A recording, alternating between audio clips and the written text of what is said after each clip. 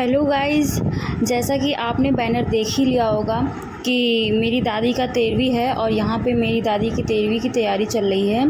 और जैसा कि बैनर में ये भी लिखा है कि मेरी दादी का 13वीं जो है 5 साल बाद किया जा रहा है। वैसे तो 13वीं 13 दिन पे ही किया जाता है, जनरल कास्ट में वैसे भी 13 दिन पे ही किया जाता है और शायद ओबीसी में भी 13वें दिन पर ही किया जाता है। जितने भी बड़ी कास्ट के लोग हैं वो 13वें दिन पे ही कर देते हैं, बट एससी में ऐसा नहीं होता है। एससी में कभी भी कर देते हैं, लेकिन इतना भी लंबा नहीं लेते। लेकिन गाइस, मेरी दादी का 13वीं जो है 5 साल बाद किया गया। आखिर क्यों, ये सभी चीज़ें मैं क्लियर करूँगी। उसके लिए आप मेरा पूरा वीडियो वॉच कीजिएगा। और अगर आप मेरा ये वीडियो पहली बार देख रहे हैं तो मेरे वीडियो को लाइक, सब्सक्राइब, शेयर ज़रूर कीजिएगा। और आगे चलते हैं, देखते हैं क्या हो रहा है। यहाँ पे सब तैयारियाँ चल रही हैं, सब लोग तैयारी में करने में जुटे हुए हैं और नीचे भी बहुत सारे लोग बैठे हुए हैं। मैं नीचे जा रही हूँ उतरते हुए सीढ़ियों से और देख रही हूँ कौन कौन आया है।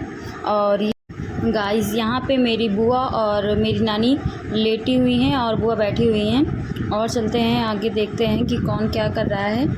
आगे चलते हैं और दिखाते हैं आप सभी को। और ये मौसी भी हैं मेरी, बैठी हुई हैं, ध्यान नहीं गया मेरा उन पे।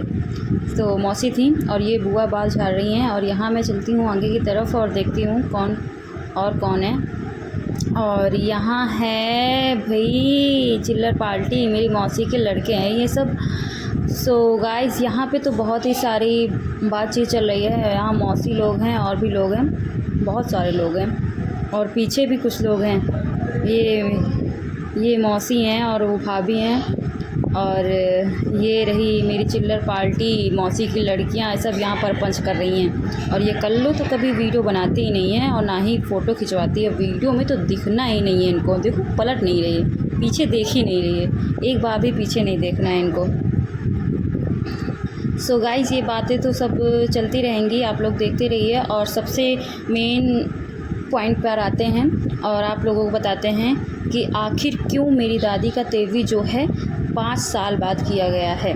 सो गाइस, जितने भी एससी लोग हैं वो लोग क्या है ना कि अगर हमारे यहाँ कोई किसी की डेथ हो जाती है या फिर काम कर देते हैं तो वहाँ से उसके बाद शादी ब्याह नहीं होता है। जो कि हम लोग 2 बहनें थे, शादी नहीं हुई थी और मेरे पापा जो हैं पूरे परिवार में अकेले हैं। और हमारे यहाँ ऐसा माना जाता है कि अगर कोई ख़त्म हो जाता है तो उसके बाद किसी को बेबी हो या फिर किसी का मुंडन हो या फिर किसी बछड़े उछड़े का जन्म हो, गाय भैंस जो भी होता है वो हो, तभी मतलब कि आखत एक माना जाता है कि अगर आखत लौट आते हैं तभी शादी ब्याह होता है।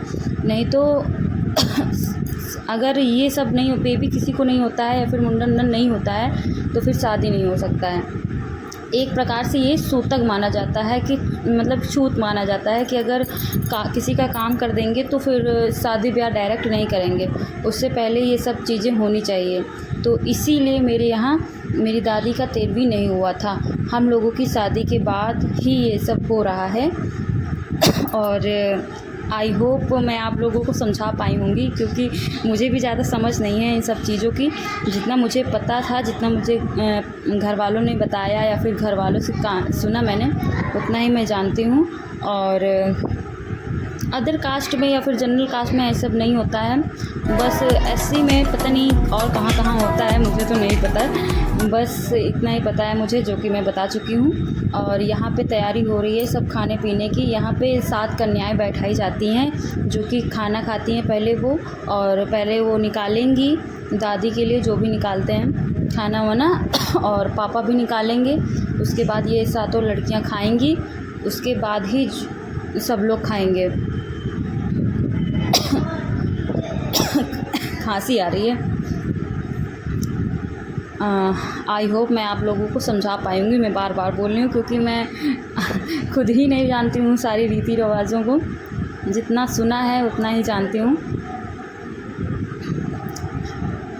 मेन होता है हमारे यहाँ कि सूतक माना जाता है कि कोई ख़त्म हो जाता है तो सूतक लग जाता है। और सूतक लगने पर किसी का भी शादी ब्याह नहीं होता है, डायरेक्ट शादी ब्याह तो होगा ही नहीं। अगर होगा तो पहले अगर किसी को बेबी हो जाए परिवार में या फिर मुंडन उंडन हो जाए, यही सब होता है। और यहाँ पे फाइनली गाइस ये सब लोग जा रहे हैं। बताते बताते मैं ध्यान ही नहीं दी कि कौन कौन जा रहा है। और यहाँ पे तो दीदी मेरी जा रही हैं, मैं ही बची हूँ। तो गाइस मिलते हैं आप सभी को नेक्स्ट व्लॉग में।